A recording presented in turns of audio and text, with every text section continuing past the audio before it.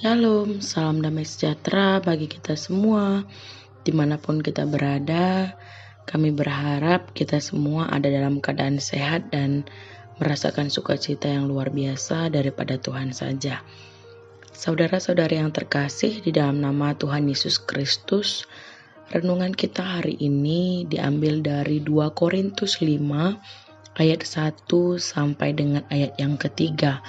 Berkata demikian: Karena kami tahu bahwa jika kemah tempat kediaman kita di bumi ini dibongkar, Allah telah menyediakan suatu tempat kediaman di sorga bagi kita, suatu tempat kediaman yang kekal, yang tidak dibuat oleh tangan manusia. Selama kita di dalam kemah ini, kita mengeluh karena kita rindu mengenakan tempat kediaman sorgawi di atas tempat kediaman kita yang sekarang ini. Sebab dengan demikian, kita berpakaian dan tidak kedapatan telanjang. Amin. Sedemikian jauh firman Tuhan.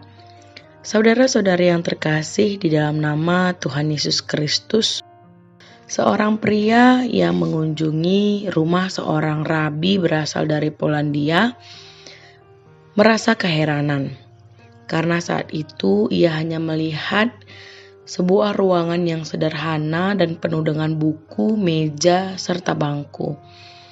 Lalu ia bertanya kepada rabi itu karena keheranan. "Rabi, di manakah perabotanmu?" kata pria itu. Lalu bukannya menjawab, tapi rabi itu kembali bertanya kepada pria itu, "Di manakah perabot rumahmu?" Pria itu kemudian bertanya, "Perabot saya hanya tamu di sini. Nanti juga saya akan pulang," kata pria itu. Lalu sang rabi juga menjawab, "Ya, sama seperti saya juga hanya tamu di dunia ini."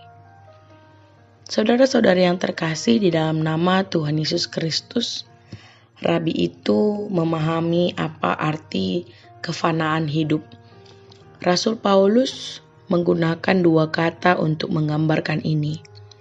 Kemah mengacu kepada tempat kediaman yang sementara, melambangkan tubuh manusia, tempat kediaman yang fana bagi jiwa yang suatu hari nanti akan mengalami kematian.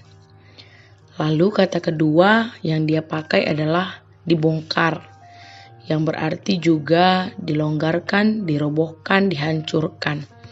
Kalau dalam bahasa aslinya, kata ini biasanya menggambarkan musafir yang sudah selesai dalam berjalan jauh, lalu ia membongkar tali pengikat pada pundak binatang dan menurunkan bebannya. Saudara-saudari yang terkasih di dalam nama Tuhan Yesus Kristus, kita harus menyadari bahwa tubuh kita pada suatu saat akan mati dan ikatan dengan dunia ini akan berakhir.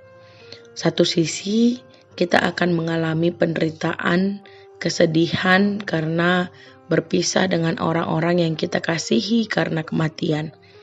Namun di sisi yang lain, kehidupan ini dengan segala beban, cobaan, masalah, harus kita sadari tidak akan berlangsung selama-lamanya. Sebagai gantinya, Allah akan menyediakan tempat kediaman yang kekal bersama dengan Dia.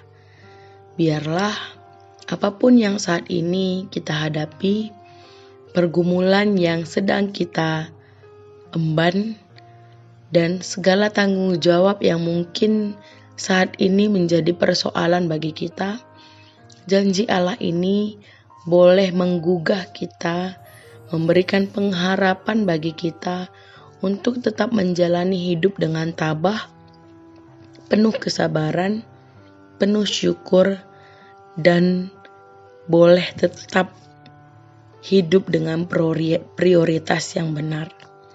Dan ketika kita memandang pada kediaman yang kekal yang sudah Allah sediakan, kita akan hidup dengan tabah, dengan penuh rasa syukur dan prioritas yang benar dalam kehidupan kita. Tuhan Yesus memberkati firman-Nya. Tuhan Yesus memberkati kita semua. Amin.